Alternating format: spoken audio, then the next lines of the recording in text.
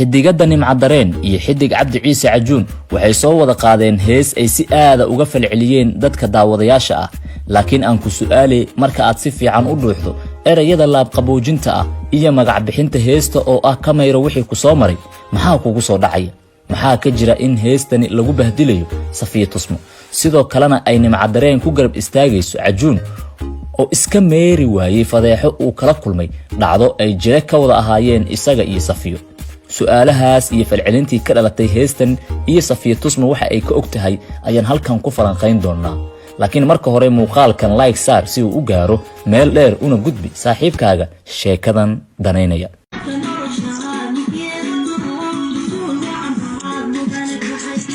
erayo ammaan ah, dareen taabad ah, luuq macaan badan iyo jilliin aan caadi ahayn ayay ku bilaabanaysaa heestu. dabcan maskax curin iyo hal abuur leh ayay ka soo maaxatay, laakiin taasi hadda halkan kuma faaqidayna sheekadeenu waxay dul taagan tahay saaxiibkeen Cajuun iyo xidigad muddo soo halgantay Nimca Dareen heesta ay wada qaadeen fariinta ay dirayso iyo sida looga falceliyay. Nimco ma moogana in Cajuun fanteeto u geystay gabar hobol la ah, kan saxan iyo kan qaldanna garcelinteedu weli aanay dhinac u dhicin. laakiin saa oo ay tahay Nimco waxay garabka u saartay Cabdi Ciise Cajuun oo ay ugu laab qaboojisay erayada ah muuqaaga hee indhaha macaansaday.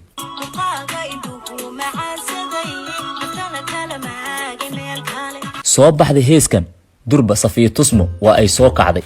oo waxay markiiba ka dhadhansatay in fariin loo diray, sidoo kalena fallaar ay uga timid jiho aysan marnaba malaynin, taas oo ah saaxiibteed Nimca Dareen. sababta sidaas loo leeyahay waa Nimco inay tahay haweeney fahmi karta dhibaatada ku dhacday Safiyo marka laga hadlayo xagga dumar. Master Cajuun oo ay tani u ahayd fursad dahaba oo fariin dheer uu ugu diri karo Safiya Tusmo iyo taageerayaasheeda ayaa erayadan u mariyay hawada.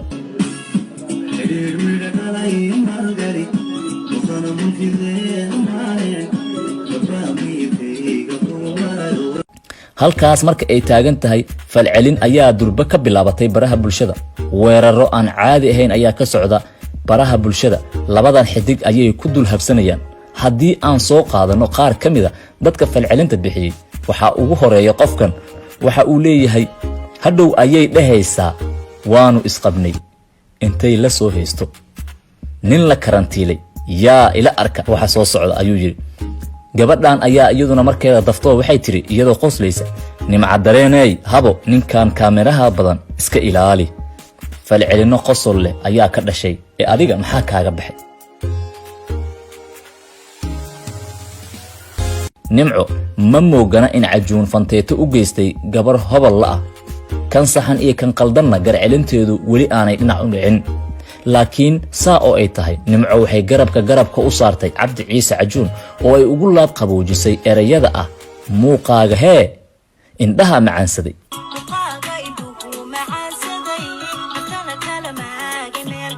soo baxday heeskan durba Safiya Tusmo waa ay soo kacday oo waxay markiiba ka dhadhansatay in fariin loo diray, sidoo kalena fallaar ay uga timid jiho aysan marnaba malaynin, taas oo ah saaxiibteed Nimca Dareen.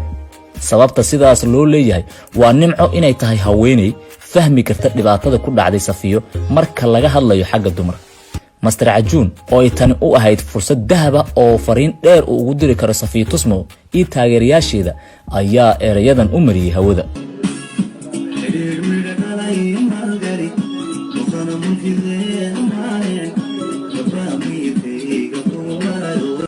halkaas marka ay taagan tahay falcelin ayaa durba ka bilaabatay baraha bulshada. weeraro aan caadi ahayn ayaa ka socda baraha bulshada, labadan xidig ayay ku dul habsanayaan. haddii aan soo qaadano qaar ka mida dadka falcelinta bixiyay, waxa ugu horeeya qofkan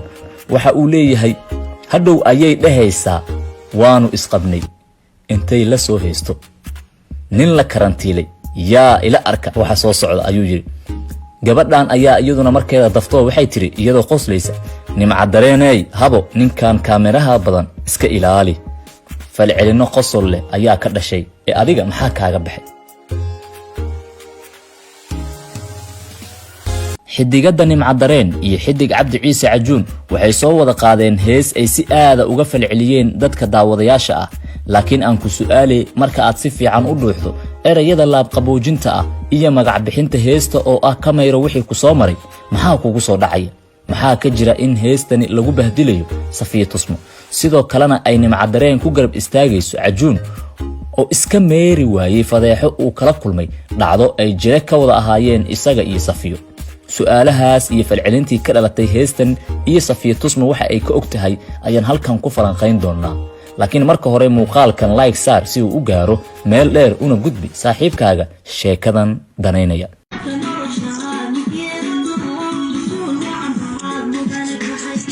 erayo ammaan ah dareen taabad ah luuq macaan badan iyo jilliin aan caadi ahayn ayay ku bilaabanaysaa heestu dabcan maskax curin iyo hal abuur leh ayay ka soo maaxatay laakiin taasi hadda halkan kuma faaqideena sheekadeenu waxay dul taagan tahay saaxiibkeen Cajuun iyo xidigad muddo soo halgantay nimca dareen heesta ay wada qaadeen fariinta ay dirayso iyo sida looga falceliyay nimco ma moogana in Cajuun fanteeto u geystay gabar hobol la ah kan saxan iyo kan qaldanna garcelinteedu weli aanay dhinac u dhicin laakiin saa oo ay tahay nimco waxay garabka u saartay Cabdi Ciise Cajuun oo ay ugu laab qaboojisay erayada ah muuqaaga hee indhaha macaansaday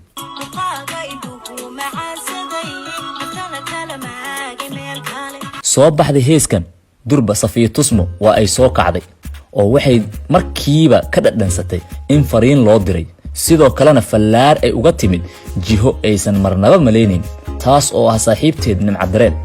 sababta sidaas loo leeyahay waa nimco inay tahay haweeney fahmi karta dhibaatada ku dhacday Safiyo marka laga hadlayo xagga dumar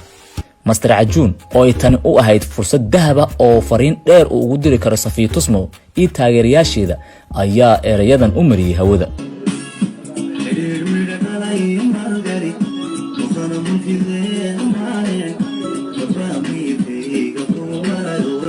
halkaas marka ay taagan tahay falcelin ayaa durba ka bilaabatay baraha bulshada weeraro aan caadi ahayn ayaa ka socda baraha bulshada labadan xidig ayay ku dul habsanayaan haddii aan soo qaadano qaar kamida dadka falcelinta bixiyay waxa ugu horeeya qofkan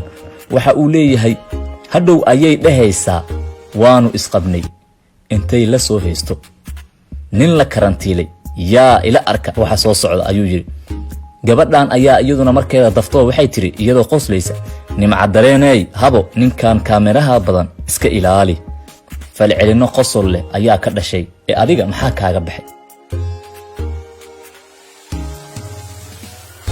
xidigada nimca dareen iyo xidig Cabdi Ciise Cajuun waxay soo wada qaadeen hees ay si aad uga falceliyeen dadka daawadayaasha ah laakiin aan ku su'aalay marka aad si fiican u dhuuxdo erayada laab qaboojinta ah iyo magac bixinta heesta oo ah kamayro wixii ku soo maray maxaa kugu soo dhacaya maxaa ka jira in heestani lagu bahdilayo Safiya Tusmo sidoo kalena ay nimca dareen ku garab istaagayso Cajuun oo iska meeri waayay fadeexo uu kala kulmay dhacdo ay jira ka wada ahaayeen isaga iyo Safiyo su'aalahaas iyo falcelintii ka dhalatay heestan iyo Safiya Tusmo waxa ay ka ogtahay ayaan halkan ku falanqayn doonaa laakiin marka hore muuqaalkan like saar si uu u gaaro meel dheer una gudbi saaxiibkaaga sheekadan danaynaya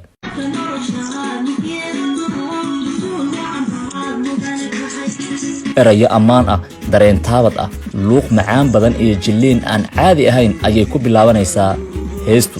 dabcan maskax curin iyo hal abuur leh ayay ka soo maaxatay laakiin taasi hadda halkan kuma faaqideena sheekadeenu waxay dul taagan tahay saaxiibkeen Cajuun iyo xidigad muddo soo halgantay nimca dareen heesta ay wada qaadeen fariinta ay dirayso iyo sida looga falceliyay nimco ma moogana in Cajuun fanteeto u geystay gabar hobol la ah kan saxan iyo kan qaldanna garcelinteedu weli aanay dhinac u dhicin laakiin saa oo ay tahay nimco waxay garabka u saartay Cabdi Ciise Cajuun oo ay ugu laab qaboojisay erayada ah muuqaaga hee indhaha macaansaday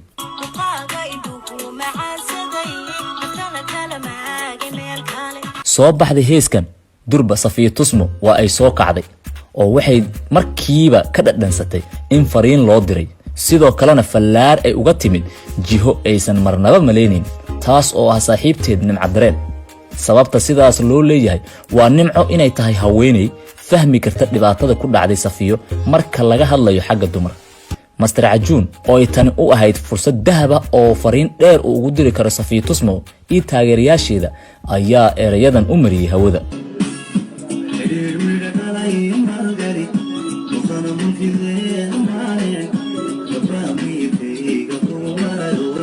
halkaas marka ay taagan tahay falcelin ayaa durba ka bilaabatay baraha bulshada. weeraro aan caadi ahayn ayaa ka socda baraha bulshada. labadan xidig ayay ku dul habsanayaan. haddii aan soo qaadano qaar ka mida dadka falcelinta bixiyey, waxaa ugu horeeya qofkan waxa uu leeyahay hadhow ayay dhahaysaa waanu isqabnay intay la soo haysto. nin la karantiilay yaa ila arka waxa soo socda ayuu yiri. gabadhan ayaa iyaduna markeeda daftoo waxay tiri iyadoo qoslaysa, nimca dareenay habo ninkan kaameraha badan iska ilaali. falcelino qosol leh ayaa ka dhashay ee adiga maxaa kaaga baxay? xidigada nimca dareen iyo xidig cabdi ciise cajuun waxay soo wada qaadeen hees ay si aada uga falceliyeen dadka daawadayaasha ah. laakiin aan ku su'aalay, marka aad si fiican u dhuuxdo erayada laabqaboojinta ah iyo magac bixinta heesta oo ah kamayro wixii ku soo maray, maxaa kugu soo dhacaya? maxaa ka jira in heestani lagu bahdilayo Safiya Tusmo, sidoo kalena ay nimca dareen ku garab istaagayso cajuun oo iska meeri waayey fadeexo uu kala kulmay dhacdo ay jire ka wada ahaayeen isaga iyo Safiyo? su'aalahaas iyo falcelintii ka dhalatay heestan iyo Safiya Tusmo waxa ay ka og tahay ayaan halkan ku falanqayn doonaa. laakiin marka hore muuqaalkan like saar si uu u gaaro meel dheer una gudbi saaxiibkaaga sheekadan danaynaya.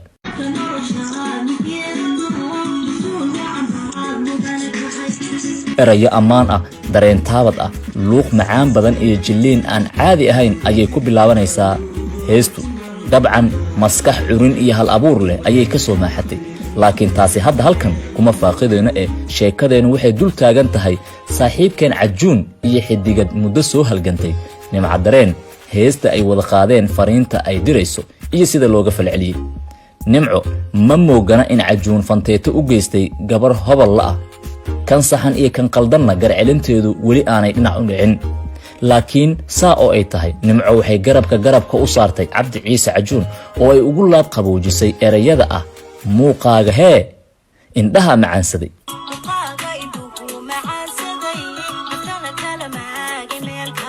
soo baxday heeskan durba Safiya Tusmo waa ay soo kacday oo waxay markiiba ka dhadhansatay in fariin loo diray, sidoo kalena fallaar ay uga timid jiho aysan marnaba malaynin, taas oo ah saaxiibteed nimca dareen. sababta sidaas loo leeyahay waa nimco inay tahay haweeney fahmi karta dhibaatada ku dhacday Safiyo marka laga hadlayo xagga dumar. Master cajuun oo ay tani u ahayd fursad dahab ah oo fariin dheer uu ugu diri karo Safiya Tusmo iyo taageerayaasheeda ayaa erayadan u mariyay hawada.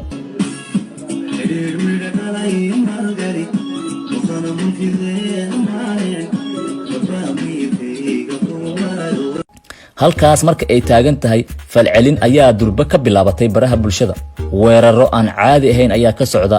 baraha bulshada. labadan xidig ayay ku dul habsanayaan. haddii aan soo qaadano qaar ka mida dadka falcelinta bixiyey, waxaa ugu horeeya qofkan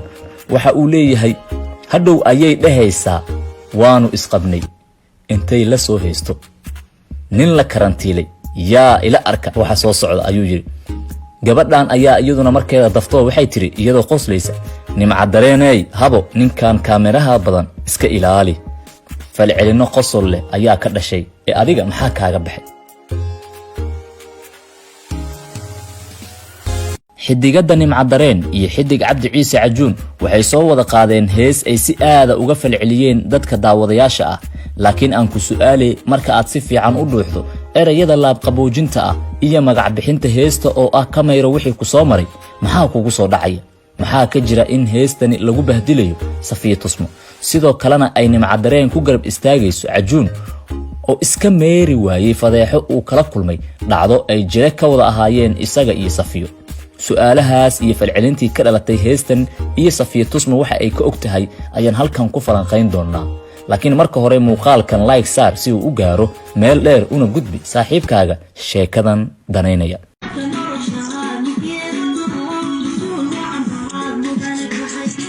erayo ammaan ah, dareen taabad ah, luuq macaan badan iyo jilliin aan caadi ahayn ayay ku bilaabanaysaa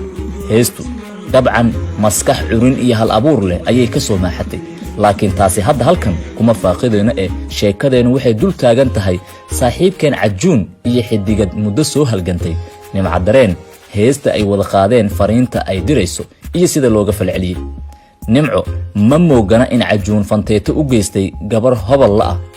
kan saxan iyo kan qaldanna garcelinteedu weli aanay dhinac u dhicin laakiin saa oo ay tahay nimco waxay garabka u saartay cabdi ciise cajuun oo ay ugu laab qaboojisay erayada ah muuqaaga hee indhaha macaansaday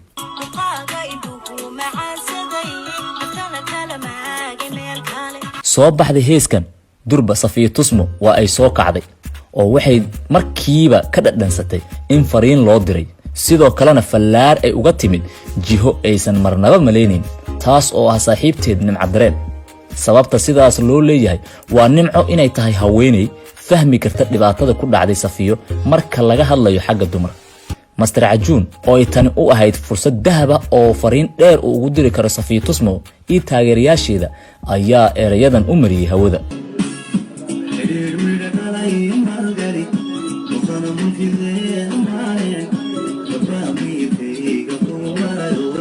halkaas marka ay taagan tahay falcelin ayaa durba ka bilaabatay baraha bulshada weeraro aan caadi ahayn ayaa ka socda baraha bulshada labadan xidig ayay ku dul habsanayaan haddii aan soo qaadano qaar kamida dadka falcelinta bixiyay waxa ugu horeeya qofkan waxa uu leeyahay hadhow ayay dhahaysaa waanu isqabnay intay la soo haysto nin la karantiilay yaa ila arka waxa soo socda ayuu yiri gabadhan ayaa iyaduna markeeda daftoo waxay tiri iyadoo qoslaysa Nimco Dareenay habo ninkan kaameraha badan iska ilaali falcelino qosol leh ayaa ka dhashay ee adiga maxaa kaaga baxay